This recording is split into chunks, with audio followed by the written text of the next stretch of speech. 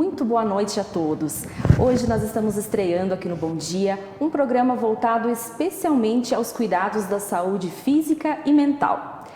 Uma oportunidade para a gente debater, conversar um pouquinho mais com especialistas toda semana e receber algumas dicas para manter uma qualidade de vida melhor, uma vida em equilíbrio. Nessa estreia, eu tenho a alegria de receber aqui no programa a psicóloga especialista em terapia cognitivo-comportamental, Silvana Kirstenzil. Seja muito bem-vinda, Silvana. Desde já eu quero agradecer a sua presença aqui no Bom Dia. Muito boa noite. Boa noite, Isabel. Muito obrigada. Eu fiquei muito feliz pelo convite. Silvana, partindo do princípio do equilíbrio mesmo, da saúde mental, o que significa ter uma saúde mental em equilíbrio? Afinal de contas, estamos num cenário difícil, de pandemia, que os sentimentos são muitos, são variados. Como lidar com tudo isso?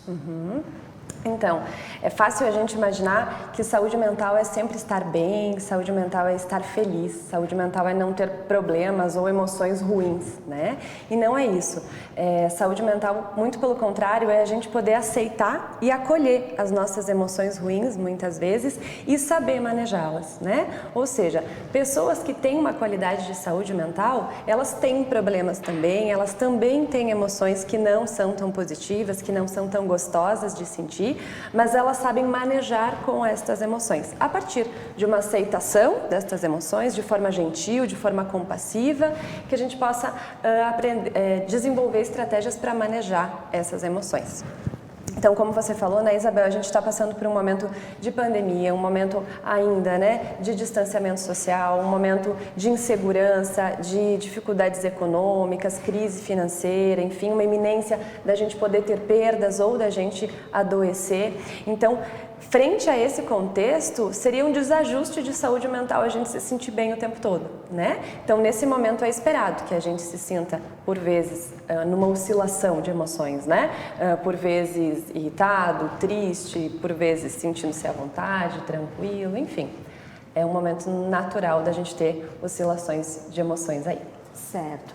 E quando que passa a ser um problema efetivamente, né? Quais os sinais que podem ser percebidos tanto pela pessoa quanto também por quem está por perto, convive com ela? Então, como eu vinha falando, a gente ter oscilações de emoções é absolutamente normal. No entanto, quando essas emoções desagradáveis, elas começam a nos trazer um sofrimento por um longo período de tempo, por vários dias, por várias semanas, por vários meses, isso já é um sinal de alerta. Quando a gente percebe que esse sofrimento emocional pode estar interferindo a qualidade do nosso desempenho social e ocupacional, isso é um outro sinal de alerta, ou seja, quando eu vejo que a minha irritabilidade está atrapalhando o meu rendimento de trabalho, ou a minha tristeza está fazendo com que eu não me relacione mais com os meus amigos, ou não me sinta mais bem com os meus familiares, isso é um ponto também que merece atenção. Outro ponto que merece atenção é variações no sono e na alimentação, ou seja, quando eu durmo demais ou durmo muito pouco, né, tenho insônias, uma qualidade de sono reduzida, ou quando eu como demais, como muito pouco, resultando aí na alteração de peso. Perfeito. E como é que pode ser feita essa abordagem? Quando, por exemplo, né, uma pessoa percebe que um familiar, um amigo está diferente, está apresentando esses sinais. Como que pode ser feito de uma forma tranquila, né, e que possa ser realmente um fator que contribua aí Muito bem. Algumas pessoas recebem super bem sugestões de buscar tratamento ou de resolução de problemas que eu encontro para os seus problemas, né? Mas algumas pessoas se sentem por vezes invalidadas quando você começa a me colocar um pouquinho sobre as suas dificuldades ou sobre as suas emoções e eu logo te sugiro vai procurar um médico ou tenta um tratamento medicamentoso ou eu dou soluções alternativas que facilitam para mim e que podem não facilitar para você. Isso pode invalidar a outra pessoa, né? E fazer com que ela se sinta ainda mais resistente em procurar as opções de ajuda que você colocou, né? Então, nesses casos, o melhor que a gente pode fazer é acolher realmente, ouvir realmente o outro de forma genuína, estar próximo, estar solícito ao outro, mostrar para o outro que você se preocupa, perguntar para o outro como você pode ajudá-lo, enfim.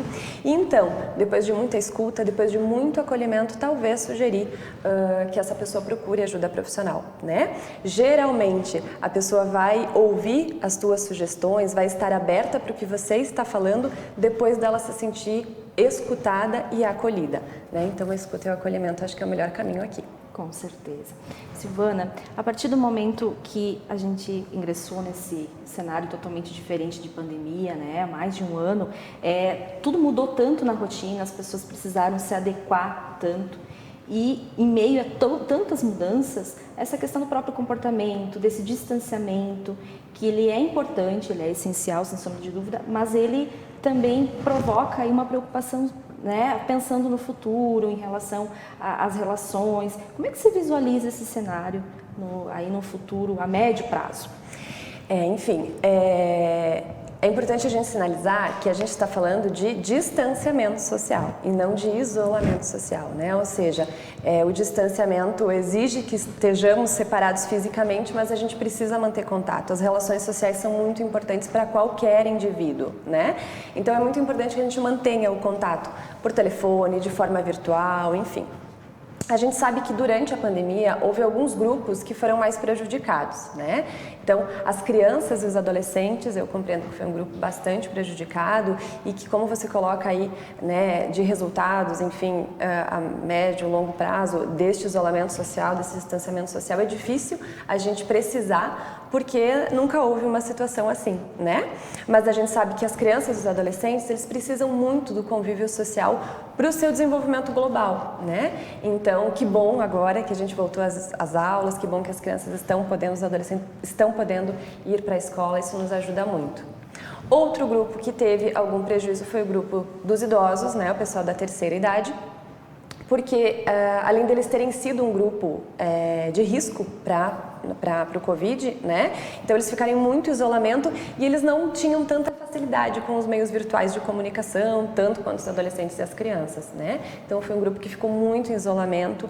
Mais uma vez, ainda bem que a gente já tem a vacina aí, que já, né, a maioria dos idosos já estão vacinados ou estão se vacinando, enfim, para a gente poder incluir um pouquinho mais esse idoso, porque ele também precisa muito de convívio social. E tem a questão dos próprios sentimentos e gestos como o abraço, né, Silvana? Isso interfere, faz parte, é tão positivo. E agora todo mundo precisando se adequar. Isso com certeza provoca um impacto no dia a dia também, né? Sem dúvida, e aí a gente precisa procurar alternativas, assim, né? Então, por exemplo, com as crianças que estão nas escolas agora, né? Da gente, é difícil as crianças, porque a gente ainda tem que manter esse distanciamento social, mas eles precisam muito, como você falou, do toque, e ao mesmo tempo eles estão com o controle inibitório em desenvolvimento, né? Então é muito importante que as famílias e a escola, né, os professores reforcem muito que a gente ainda está em pandemia, que o Covid ainda está aí, que a gente ainda tem que ter cuidado e que a gente encontre outras formas de demonstrar carinho, né? A partir de sinais, mandar beijo de longe, jeitinho de dar abraço, que não seja do nosso jeitinho, isso é importante. Com certeza. Em relação à questão, agora, como você mesmo falou, a rotina, entre aspas, né, com todos os protocolos de segurança está voltando, escola, enfim. Até poucos dias atrás, muitas famílias estavam mais em casa, com os filhos, precisando dar conta do trabalho, da casa, enfim, de tudo isso, né? Como que você observa isso e como que, para as pessoas que ainda estão seguindo, né, esse mesmo ritmo, porque algumas crianças também ainda não voltaram para a escola, como adaptar isso da melhor forma possível para evitar possíveis problemas? Isso. Então, a pandemia fez com que a gente tivesse que se fechar em casa, né? E aí o grupo familiar, né, que utiliza aí o mesmo espaço de casa, precisou conviver mais tempo junto, né? Então isso trouxe qualidades, a gente pôde explorar mais tempo junto, a gente pôde se reinventar no nosso entretenimento, fazer coisas diferentes em família, mas em contraponto, isso também trouxe muitos conflitos familiares, especialmente por causa da sobrecarga, né? E de todas essas emoções que a gente vem conversando até agora, né? Todas essas inseguranças, todo esse momento de crise. Mas a gente observou sobrecarga, como você falou, de tarefas domésticas, de aulas online, de trabalho em casa, enfim, dificuldade de rede de apoio. Então, tudo isso somou e trouxe aí, sim, alguns conflitos familiares, é o que a gente observa. E nesse ponto, eu penso que o que a gente precisa é muita tolerância, é muita paciência, muito diálogo em família e entender que isso vai passar, que a gente não está, né, vivendo um momento permanente, essa pandemia vai passar, esse momento de isolamento vai passar, o nosso normal de sempre normal vai voltar, esperamos que sim, né, isso vai acontecer e a gente precisa então ter tolerância e paciência nesse momento, respirar fundo. Sim, adequar a rotina, digamos assim, né? Conforme as necessidades e horários e tudo mais. É muito importante que, né, a gente já está em pandemia há mais de um ano, né, então, mas é muito importante que a gente siga a rotina de antes da pandemia, assim, né, então horários, claro, adaptados, né, no contexto familiar, mas manter os horários de sono, manter os horários de entretenimento na família, enfim, da família se divertir e os momentos dos compromissos em família também. Com certeza. Silvana, no aspecto assim das dores, dos momentos mais tristes que infelizmente, né, tivemos várias situações aí nesse período, principalmente em relação à Covid, mas também outros problemas, outras doenças que continuam acontecendo e preocupam muito.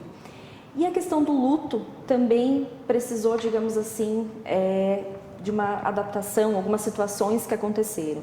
Mas, obviamente, ninguém está preparado para isso, né? Então, como já é uma situação bem delicada, como que as pessoas podem encontrar alternativas para poder trabalhar melhor nesse assunto?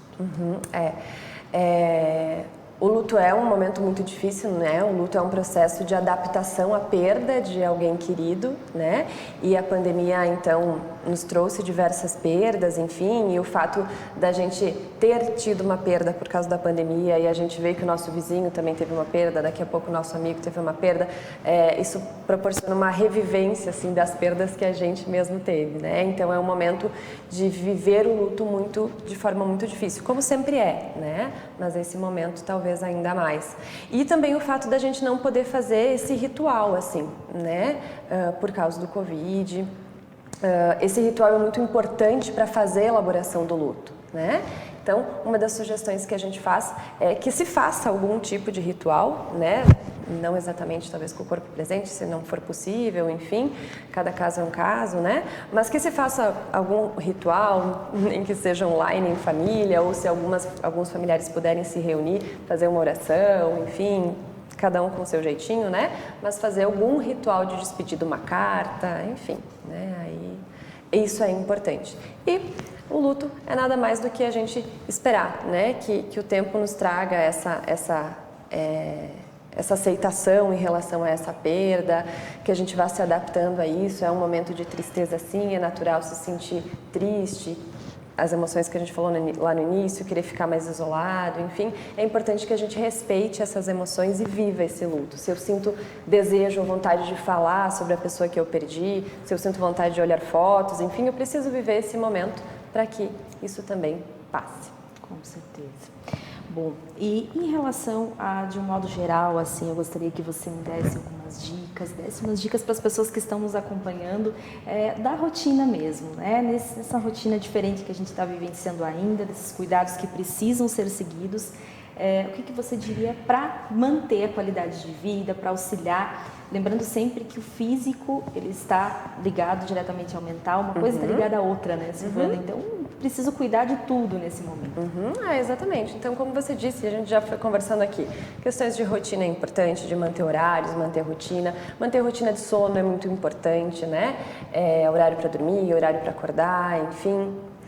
Continuar exercitando-se de alguma forma, adaptar aí as formas de exercitar-se, né? Agora a gente já tem algumas liberdades a mais do que antes, mas ainda precisamos ter muito cuidado. Cuidar em relação à alimentação. Em relação à questão mental mesmo, é um pouquinho do que eu falei no início, né? Acho que é importante a gente ter aceitação em relação às nossas emoções, entender que a gente não está bem o tempo todo, entender que a gente não consegue produzir 100% o tempo todo e que está tudo bem, né?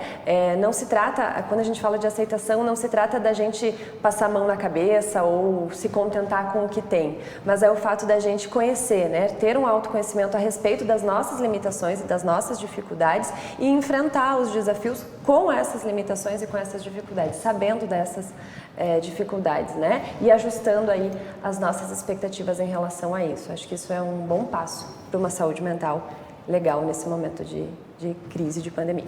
Com certeza. E caso não estiver bem, existem muitas alternativas também, né, Silvana? Por exemplo, a parte da terapia mesmo.